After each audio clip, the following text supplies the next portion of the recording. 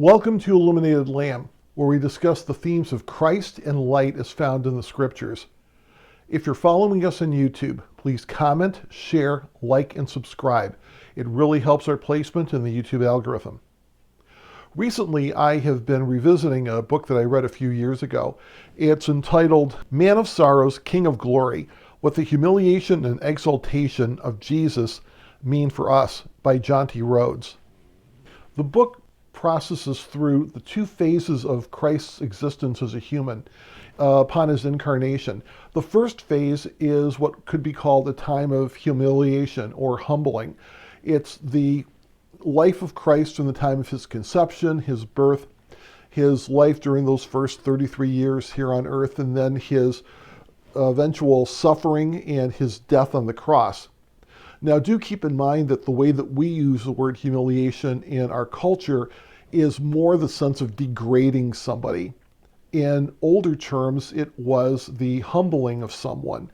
However, with Christ's experience, the death he had on the cross was not only a humbling experience, it was a humiliating experience. So both terms would apply in this case.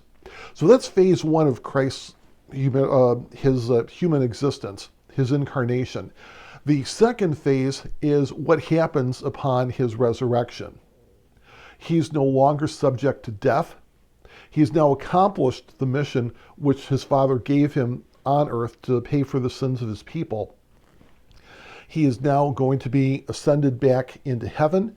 He is going to become our permanent great high priest. And he is now in his phase two of existence, living a very exalted existence with his Father and with the Holy Spirit. Something that when I was reading through John T. Rhodes' book about this made me think about it. I heard an observation from a Christian thinker that said that if you take a look at the books of the New Testament, you'll actually see a reflection of Christ's humiliation or the humbling and the exaltation, depending on where you're reading.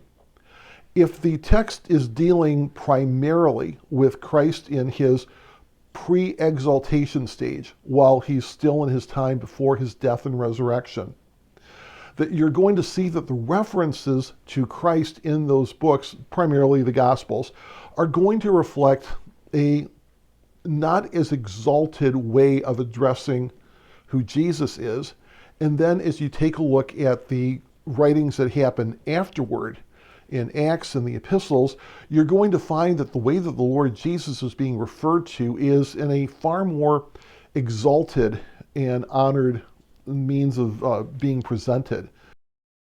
I thought it would be an interesting thing to do a case study on two of the writings of the New Testament.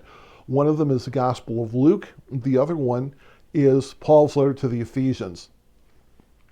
We see an interesting case study here in the way that Luke writes about the Lord Jesus Christ. What I did was to go through the Gospel of Luke, and I was looking for references that Luke makes to Jesus. And I'm not looking so much as the way that people were addressing him. I'm not looking at the way that when you see the quotes of the people who were speaking to him, or even the Lord Jesus's quotes about himself, where, for example, he refers to himself, I think it's about 23 times in the Gospel of Luke, as Son of Man, a very specific tie back to the title that is found in Daniel chapter 7. What I'm looking at to have a more apples and apples comparison here is, again, looking at what Luke as a writer says in terms of naming Christ. How does he assign a title or a name to him? And looking for the same thing in the letter to the Ephesians. So when you take a look at the Gospel of Luke, you will find that the Lord Jesus is referred to merely by the name Jesus 91 times. As Christ 1 time, as Lord 8 times. You also find that he's referred to as the Lord's Christ 1 time. And interestingly enough, he is referred to as the Lord Jesus 1 time in the Gospel of Luke. And I think it's significant to note that in that reference, it's a reference to the Lord Jesus after he is resurrected, not before. So even then you find the beginnings of a more honored way of addressing who Christ is found even in the Gospel of Luke. So if we're running percentages here, I counted up that there were 102 references that we need to take a look at, and in 89.22% of them, we find that the references are overwhelmingly to Jesus just by the name Jesus. Compare this to the letter to the Ephesians. We find that Jesus is referred to as Jesus just by that name itself only one time out of 63 references. You'll find that he's referred to as Christ 28 times, Christ Jesus 10 times, Christ Jesus our Lord 1 time, Jesus Christ 1 time, Lord 14 times, Lord Jesus 1 time, Lord Jesus Christ 6 times, and Son of God 1 time. So, in the letter to the Ephesians, we find references to Jesus only by that name 1 out of 63 times, something on the order of 1.59%.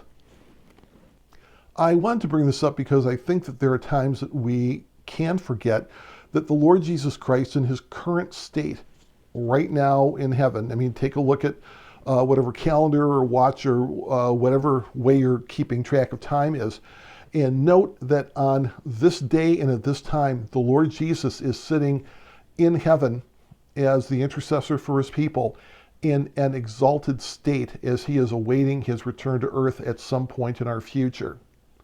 I just wanted you to be able to have a few more tools as you're reading through the scriptures, particularly in the New Testament, and you can see how the exaltation or the humiliation of Christ is actually reflected in the way that the authors write about him.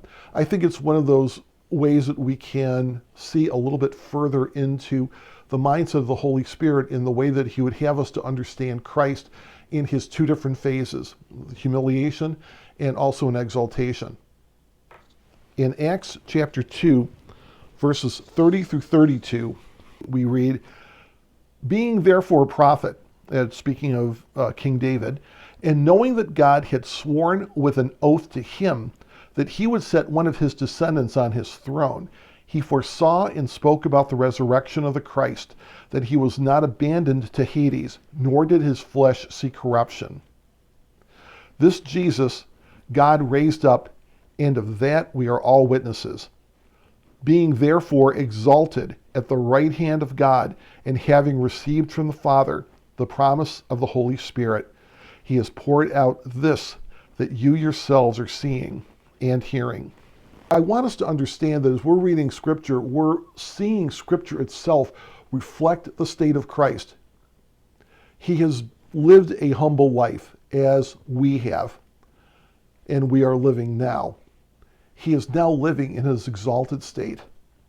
And I think it's a reminder for us, for those of us who are believers, is that while we will never achieve godhood, we will achieve a sense of exaltation. Scripture promises that those of us who are, and if we take a look at what is called the golden chain of salvation in the book of Romans, we'll see the following. In Romans chapter 8, verse 30, we read, "And those whom he predestined, he also called. And those whom he called, he also justified.